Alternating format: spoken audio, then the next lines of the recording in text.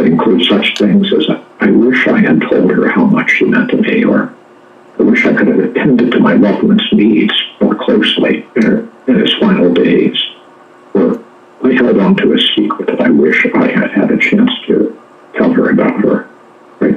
I never got a chance to resolve a breach in our relationship, or a chance to give or receive forgiveness.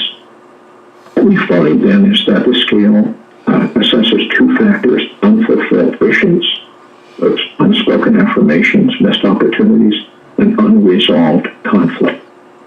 And now there will never be a time to resolve that conflict. It's a powerful factor that, along with the meaning made of the death, accounts for the lion's share of prolonged grief symptomatology. 50 to 60% of it can be accounted for by these factors like unfinished business and the struggle with meaning making. What do we do with this? Well, here's the frustrating thing. I would need another webinar to go into this with you, because the kinds of competencies that most of us have for dealing with coronavirus anxiety, for example, as I talked about earlier, we just don't have as psychologists and many other health professionals, unless we have taken some additional postgraduate training of a serious and deep kind, an experiential kind, in grief therapy. We're going to lack a lot of the requisite skills for addressing this. We need to be able to join people in what my colleague Ted Reinierson calls a restorative retelling of the death narrative.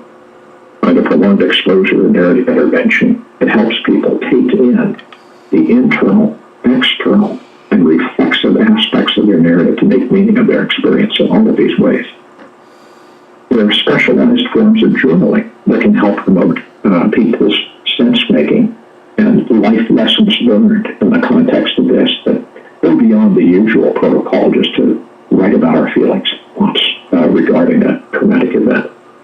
There are forms of working with the body in grief, analogical listening, focusing, somatic art therapy methods that help us bridge into a psychotherapeutic conversational context from the place of embodied pain and grief. A variety of kind of creative writing methods, including chapters of our lives method that I often use, virtual dream stories, using the healing power of imagination to give voice to and to imagine solutions to the problems our grief presents us. There's a whole variety of ways that not only processing the event story of the death, as I've been suggesting here, but also accessing and working with the backstory of people's relationship to their loved ones, introducing them in deep ways into our therapy, introducing them as persons. So we're focusing on a kind of person first rather than problem first grief therapy.